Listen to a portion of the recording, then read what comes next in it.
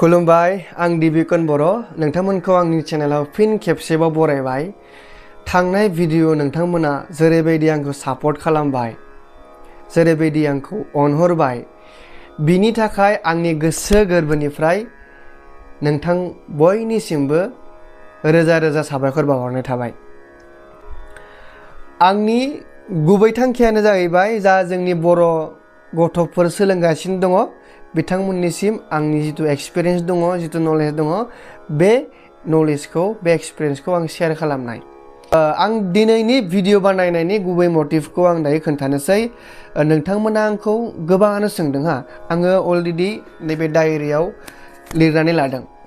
बेयाव आङो अलरेडि लिरनानै लादों नोंथांमोना जा सोंहरदों, जेरै आंबो मिउजिक सोलोंनो गोसो, बोरै सोलोंगोन, आदा आंबो सोलोंनो गोसो, माबोरै क्लास लानो हागोन, माने गोबाङानो गोबां कमेन्ट हरदों आरोना। स' आं बेयाव लिरनानै लादों।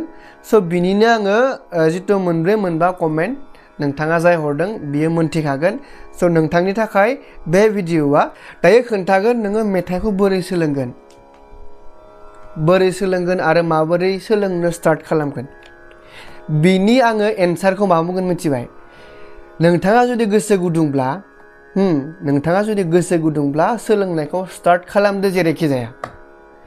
मबाइल दङ, मबाइलाव गान दामना ला, मेथाइखौ लिरना ला, लिरनानै खोनासं सोलों, सेस्था खालाम। बे मोनसे दोङो। आरो जुदि खाथि खाला मिउजिक इनस्टिटिउसनफोर दङब्ला नोंथांमोना थांनानै एडमिसन लादो, बेयाव जइन जा, बिनिफ्राय बेयाव नोंथांमोना सोलोंनो स्टार्ट खालामदो। जेरैखि जाया नोंथांमोना सोलोंनायखौ स्टार्ट खालामदो आरो बेनो आंनि एन्सारा। नोंथांमोना सोलोंनाय टाइमाव प्रब्लेम जायोब्ला आंखौ नोंथांमोना कमेन्ट खालामजागोन। आंखौ नोंथांमोना मेसेन्जाराव बा वाट्सएपआव मेसेज खालामना सोंहरजागोन कि नैबे आं खननो हायाखै, नैबे नोरै जादों, बेखौ बोरै खालामगोन। आं नोंथांनो सम दिहुननानै आं बे जितु कुइसननि आङो एन्सारखौ नोंथांमोननो होनो नाजागोन। नोंथांमोना आसा खालामनाय बायदियै थाब नों रिप्लाइ होनो हायाबो जानो हागौ, थेवब्लाबो आं नोंथांमोननो रिप्लाइखौ होथारगोन आरो।